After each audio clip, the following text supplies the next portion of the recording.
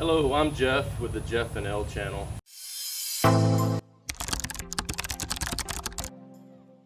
Thanks for watching.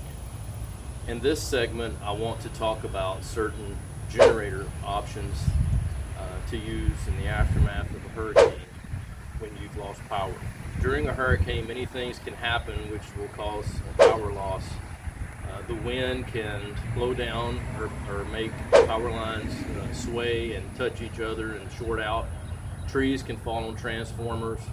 There's just a whole myriad of things that can happen, and the result is you don't have electricity in your house. To prepare for that eventuality, you need to consider purchasing a generator for your home. There are really three plans of attack for this, three options, if you will. One is going to be purchase a small generator, something like this one, that can power just certain critical appliances such as a freezer, a refrigerator, possibly a window AC unit. That's going to be your less expensive options. Of the options, you'll need quite a few extension cords to do that, to run the cords throughout the house. To power those items, you'll also need gasoline. So you'll have to keep some store of gasoline, hopefully not in your house, but in an outdoor building somewhere. Second option is going to be something like this. This one has more wattage capacity. It uses more fuel, but it can power more things. And whereas this only has 110 volt, this also has 220 volts in addition to run your more demanding appliances such as central AC and a water well. Third option is going to be like a whole house type generator, and those typically run on natural gas or propane, and they have automatic transfer switches. There's pros and cons to each of these options, but from going from option 1, 2, 3, there's going to be increasing prices.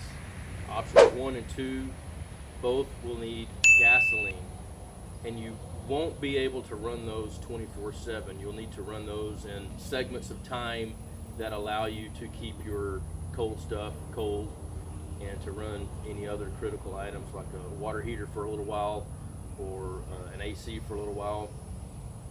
But with the third option, the most expensive option, the natural gas and propane, those can pretty much run continuously, and it'll be life inside the home will be pretty much as it always was normally. Back to this one, there's surge watts and there's running watts. This one is 5,000 surge watts and 3,250 running watts. This one is 8,000 surge, and there's less on running watts, but I don't remember that number. One thing to distinguish between surge watts and running watts, just consider you have a large tire. The surge watts could be thought of as the power it takes to start that rolling, that big tire rolling. It's going to take more power to start that large wheel rolling than it does to keep it going once it's rolling. So the surge watts would be the energy used to start it going, and the running watts could be equivalent to keeping that tire rolling after it's already started. So that's one way to kind of visualize it. I'm going to show a spreadsheet at the end of the video that kind of helps you think about running watts versus surge watts and how to manage that power to get the most out of your generator. Now I'm going to crank this one and let it run a while. I'll demonstrate how it's turning powers a fan. And then what I like to do, if you're going to be storing the generator, is after you run it, turn the fuel off and let that fuel run completely out of the line. That keeps the gasoline from clogging carburetor ports, fuel lines and such. So I'm going to do that, and then also want to mention you need to run these generators at least once a month. Maybe once every 2 months at a stretch, but really once a month you need to run these things. The worst thing you can do is to let a motor just sit. There's all kinds of things that happen to an engine, seals and the gasoline in there and all. It's just really good to run them, and it gives you a peace of mind also that it's going to be functioning when you need it. So I'm going to run this, and then at the end I'm going to just let the fuel run out. Make sure it's on, turn the fuel on, probably choke it, and then hopefully it'll crank.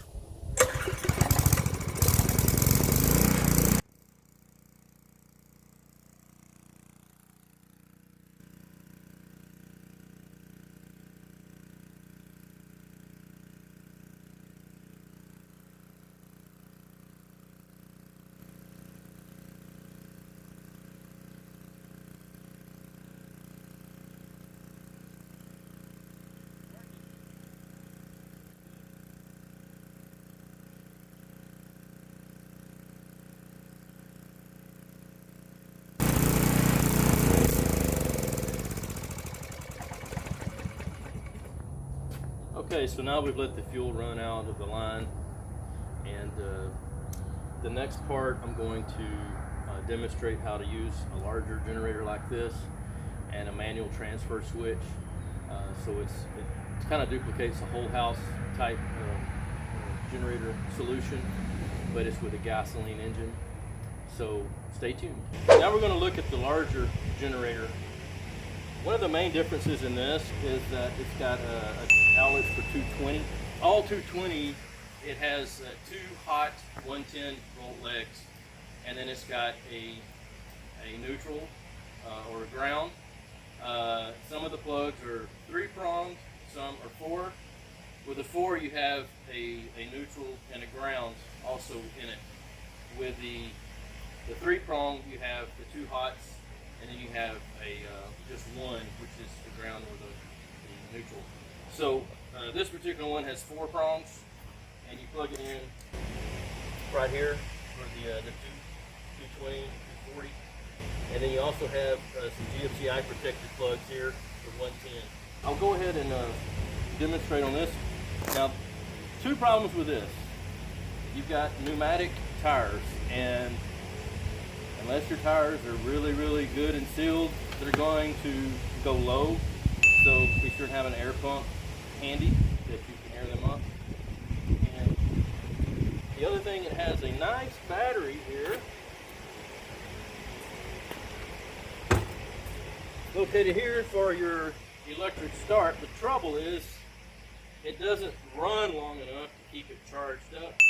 So you're probably going to have to rely on a pull start, even if you have a nice, neat electric start. I'll demonstrate trying to crank it. I just charged the battery up last month. And so we turn the fuel on, turn the choke on, turn the engine to on, and now we're going to flip it all the way to start.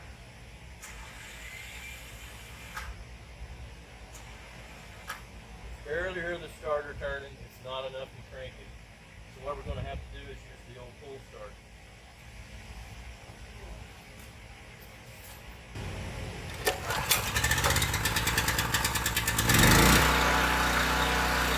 That's great. It works on one pull.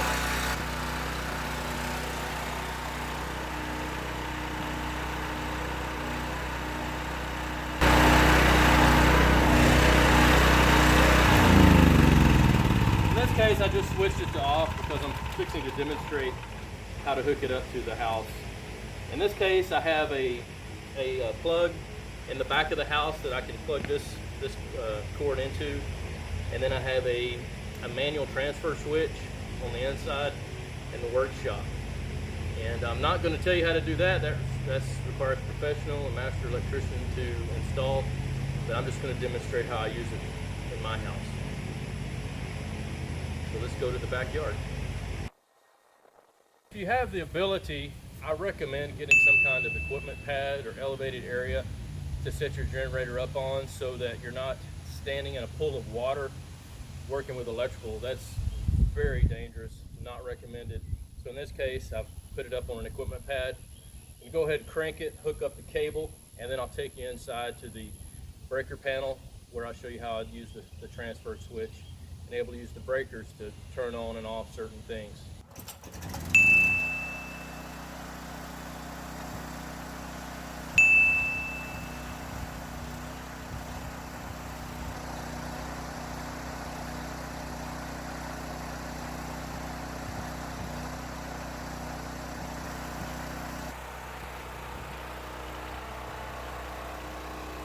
Here I want to show you how you push this in. You see one of these has a 90-degree on it. This one right here. And that's what goes into this one right here. There's only one way it can go in. And then you twist it to lock it in place so it doesn't pull out. The same on this side. Has the same kind of a configuration. Now here in my workshop here's my manual Cutler hammer manual transfer switch. Now what I highly recommend is if you have breaker panels, which every house does, make you a nice neat label of what components are run off of each breaker, and that will be so helpful. Especially in a time after, like at a time after a hurricane, when you got enough going on, you're having to think about enough. So make sure your panel is labeled good. Every house has got something like this. Make sure it's right when things are going well. And I suggest get a Sharpie and put these numbers really big, because you're gonna be using flashlights or candles or whatever, trying to look around. So have these in nice big letters, and so you can read them. And this case here also nice big labels here, and have everything, check everything out here so you know everything is accurate. So in this case, when I turn this on, I'm shutting the well off. I don't want the well kicking on right in the middle of it surging and starting up. I have a central AC here, looks like 13B. So that's right here. So I'm gonna go ahead and cut off the central AC units. I don't want those kicking on right when I'm come on. And I'll show you a spreadsheet a little later showing about how to do power management. So in this case, I'm ready. So when I go from line, that is the power line right now, to generator, then the only power coming into my house is from that generator in the backyard.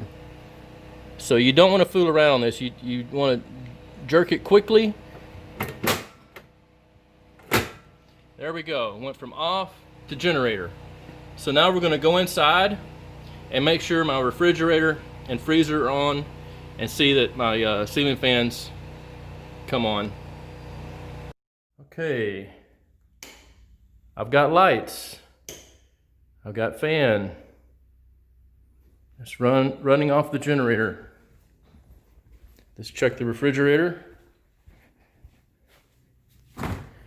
Yes, refrigerator's running.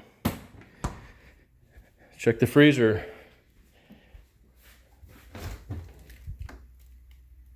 Oh, I can't, there's no light, but I can hear it running.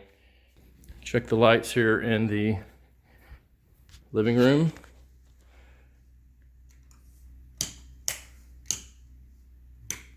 There we go. It's working.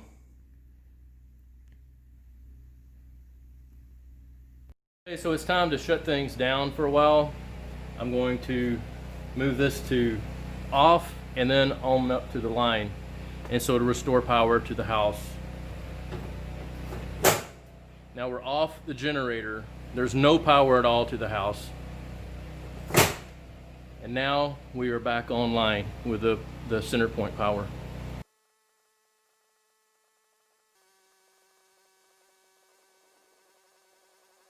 Fuel run completely out of the line rather than just killing it. But now I'm going to shut the, make sure the fuel's off, make sure the key's in the off position, and then let it cool down. And then I suggest putting a cover over it, keep all the dust out, and protect the parts. Now I've demonstrated how those two generators work. One of the things you want to keep in mind is managing your gasoline supply. You're going to typically have a few types of 5-gallon cans. You've got like a typical plastic 5-gallon can. And you have the more traditional, I guess we call jerry cans, like this, metal. Both are very heavy. Both the contents are very flammable. You're going to have some long-term fuel storage to consider. I recommend the stable fuel stabilizer. They have the ratio in there of how much you add per gallon, and that's going to keep your fuel in good shape for, I think they say, up to a year. And because again, the potency of the gasoline degrades over time, and you want your fuel supply to be good. Now, with a finite supply of gasoline, especially after a hurricane, you don't want the generator running 100% of the time, or you're going to run out of fuel in just a matter of a few days. So you're going to have to manage it wisely. One convenient tool that I have found to help manage this, I mentioned earlier in the video about a thermocouple. And a thermocouple you can put inside the freezer or refrigerator, and you can monitor that temperature without opening it to check a thermometer or just by feel. My suggestion is to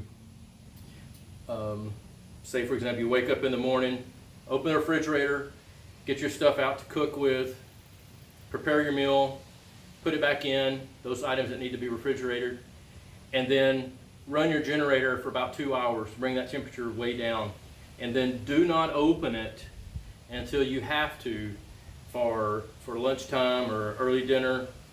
And I recommend preparing your dinners somewhat early while you still have a little bit of daylight, if this is possible. So the key to it is keeping the refrigerators and freezers shut, and then using your generator sparingly, only when you must have it running. Only in the case where you have a really efficient small generator to maybe just run a fan or maybe a window unit during the night, then in that case, if you have enough fuel, run it. But if you're in a true survival type situation, urban survival, use it only a couple of hours to bring those temperatures down in the refrigerator and freezer, and then shut it off until you just absolutely need it again. Maybe get on some kind of cycle where you run it 2, leave it off 4 to 5, run it 2, and so on. I'm not going to prescribe an exact scenario because everyone's situation is so vastly different. So get you as many gasoline storage containers as you can. Store them in an outdoor building if you can. I don't recommend having 50 gallons of gasoline in your garage. That could become a volatile situation. So use the fuel stabilizer. There's also some ethanol fuel treatment you can use that helps with small engines, that keeps the ethanol from destroying the fuel lines and what so. So I think I've covered everything I know. If you have underlying health conditions, or if you're a true city slicker and you don't want to compromise any comfort whatsoever, then these gasoline generators I showed you are not for you. You need a whole house propane or natural gas generator. And there's plenty of people online that can tell you about those. A good resource I found for considering the wattage of your appliances inside there's the Honda generator website, and I'll post links in the description below. But that's all for this segment. The next part, I'm going to show you a spreadsheet that tells you about gives you some ideas on power management regarding surge and running watts. Thank you. Okay, earlier in this segment, I talked about a spreadsheet I had made that demonstrated the difference between surge watts and running watts for different common household appliances. This is an Excel spreadsheet, and I have attempted to make a list of common appliances. Here we have refrigerator all the way down to like a water well pump, 1/2 horsepower. And in this column here, I've got the surge or the starting watts. In this column, I have running watts. I'm treating this column here as like a 1 would be on, a 0 would be off, and this is the 1 and the 0 for the running watt column. And up here, I've got the surge watt rating of the generator that I want to examine, and here is the running watt rating. And then this is a calculated number. It sums up the total surge and the total running watts at any one time. So a lot of this is going to be manual just to illustrate, and I will caution you that these numbers, especially here for the central AC units, I have a 2-ton unit and a 4-ton unit shown. Those wattage ratings will vary significantly depending on the age and efficiency of your unit. Okay, so let's start. Let's say, for example, we pull out the small generator that I showed you earlier. It has a 5,000 watt surge rating and a 3,250 watt running watt rating. These areas here are like automated messages that I put in there, and I'll explain those as they come up. So let's say, for example, I want to see if I can plug in a refrigerator, a freezer, a window unit, and a fan. I want to have all those plugged in all at once, and let's see if my generator, the small generator, can handle it. So I'll put a 1 here, a 1 here, 1, and 1. Okay? This shows you automatically that there's too much surge load. That totals up to be 5,120. My surge watt rating up at the top, you see, is only 5,000. And then this message here comes up: your running wattage should not exceed your 90% of the rating of the generator. But we're going to ignore this one here right now. But the problem here is this. So I'm going to show you how you can do a little bit of power management, and you can actually run all those. It's just the way that you do it. For example, here, let's say we're going to run the refrigerator for a little while, and then we're going to switch this to the just running watt column. So we zero this out. So now instead of 1600 watt, we're only pulling 200 watt demand. The same with the freezer. We'll let it run for a little while, then we'll put that in the running watt column, take it out of the surge watt column. Then at this point we can run the window AC, and I think, what did I say, a fan? So the window AC is going to kick on and off depending on that compressor. So we'll put this over here, and then the fan for a while. So now, just by doing just a little bit of simple power management, I can show that and demonstrate that you can technically run all those things. You just have to be sensible about it and plug things in one at a time in a certain sequence. Okay? Now, with the small generator, I can't use that to power any of these 220 volt required appliances. So I'm not going to be able to use that small generator to run a central AC unit or electric water heater. And you'll notice here on the electric water heater, it's got 4,000 watt demand, and that doesn't change because that is a constant load on that. Okay, so let's zero everything out here, and we'll put in some numbers for my larger generator. My larger generator has 8,000 surge watts and 6,600 running watt rating. So, and it has a manual transfer switch. So I'm going to assume I have a refrigerator, freezer, fan, and the water wheel all running at the same time. Okay, so as soon as I flip that transfer switch, this is showing my wattage demand is 5,070, and that does not exceed the surge watt rating for my generator. So that means that I can have all those appliances on, move the manual transfer switch to on, or to the generator, and this, I'm not going to have a problem. That's going to show that I can do all that.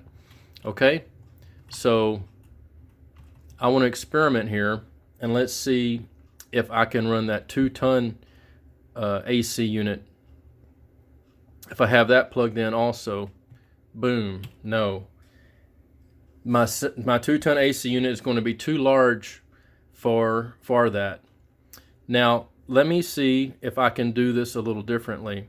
What happens if I run the generator for a little, the refrigerator for a while, and then put that into that column? No, it's still too much. What if I run the freezer for a while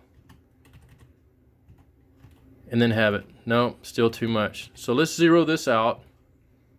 Let's assume that we have these running here already, and let's see if we can turn off this, and we'll turn off the water well for a while. Say we're going to be sleeping, we're not going to be using water at that point. Now let's see if I can ease this on here. Okay, it shows that it can handle the surge at 7,600, but it exceeds 90% of the running. So the surge is okay. Now let's put it over here. Boom, look at there. So with a little bit of power management, sacrificing a few appliances, this shows that I can run the central AC, the refrigerator, and the freezer all at the same time. I'm under the 90% capacity on the running wattage, about 5,800. So I even have an additional, I have a cushion there also. So this, I hope you kind of understand what's going on here and how this works. And you can work out something yourself with just a little bit of extra effort. You can save money on getting a larger generator by just using a little bit of common sense and sacrificing the convenience of some other appliances so that you can use this smaller generator. Let's see if I can slip a fan in here. Yep, I can do the fan also. So you have a central AC and a fan working at night. Your refrigerator and freezer are keeping your food cold, and you're staying comfortable. The only downside is this is a gasoline generator, so you have a finite supply of gasoline. So you may want to consider other options, and maybe this is a topic for future episodes on hurricane prep, and I'll be glad to share those with you as I discover new things. So thanks for watching. I hope this has been a help. Y'all take care and be prepared.